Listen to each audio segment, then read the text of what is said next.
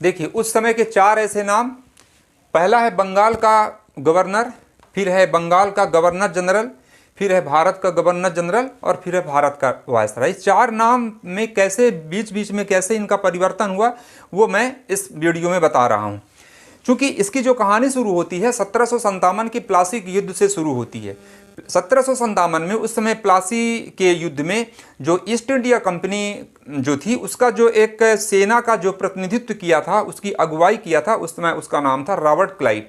Robert Clive को Clive of India के नाम से भी जाना जाता था। और उस समय बंगाल का जो नवाब था उसका नाम था सिराजुद्दौला।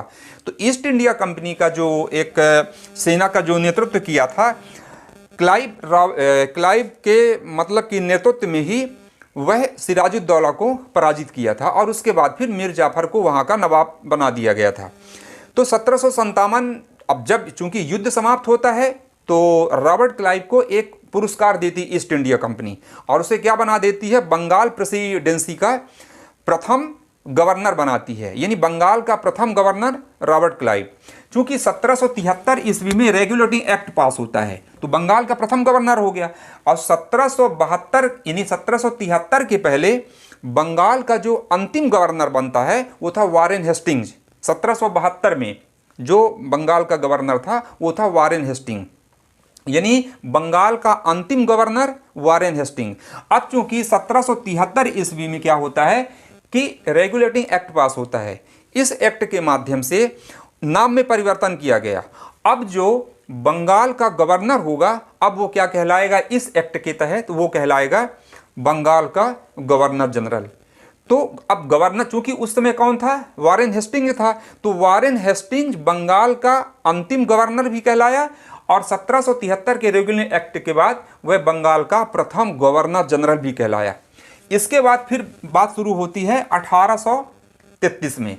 अब 1833 में पुनः एक चार्टर एक्ट बनता है। चार्टर एक्ट एक अधिनियम पारित होता है। इस अधिनियम के तहत चूंकि 1828 से लेकर के 1835 तक भारत में लॉर्ड विलियम बेंटिंग का शासनकाल था, 1828 से लेकर 1835 तक।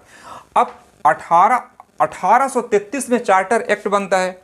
अब इस समय तक जो भारत जो बंगाल का गवर्नर जनरल था वो था लॉर्ड विलियम बेंटिंग, 1828 से 1833 तक। 1833 में चार्टर एक्ट के माध्यम से क्या होता है कि बंगाल का गवर्नर जनरल का नाम बदल करके कर दिया जाता है भारत का गवर्नर जनरल। अब देखिए ये दोनों पदों का कैसे प्रतिनिधित्व करता है, अर्थात ये 1833 के चार्टर एक्ट के तहत लॉर्ड विलियम बेंटिंग भारत का प्रथम गवर्नर जनरल कहलाया और 1833 से पहले यानी 1828 के बीच में वह बंगाल का गवर्नर जनरल था। तो बंगाल का अंतिम governor general lord William Bentinck और भारत का प्रथम गवर्नर जनरल भी लॉर्ड विलियम बेंटिंग। अब बात आती है 1858 में भारत सरकार अधिनियम एक पारित होता है 1858 में। अब 1858 के एक्ट के तहत जो एक नाम परिवर्तन होता है, अब ये होता है कि चूंकि भारत का उस समय अंतिम जो एक कहा जाएगा भारत का गवर्नर जनरल कौन था, तो लॉर्ड कैनिंग, यानी लॉर्ड कैनिंग का जो शासनकाल था वो था 1856 से 1862 तक।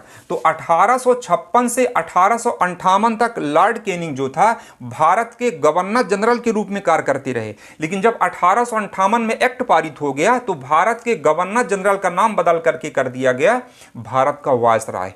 तो ये भारत के अंतिम गवर्नर जनरल लॉर्ड कैनिंग कहलाए और भारत के प्रथम वायसराय भी लॉर्ड कैनिंग कहलाए। तो इस प्रकार से एक व्यक्ति फिर दो नामों से, जैसे यहां पर लॉर्ड विलियम बेंटिंग हुआ था और इसके पहले कौन हुआ था, वारेन हेस्टिंग। अब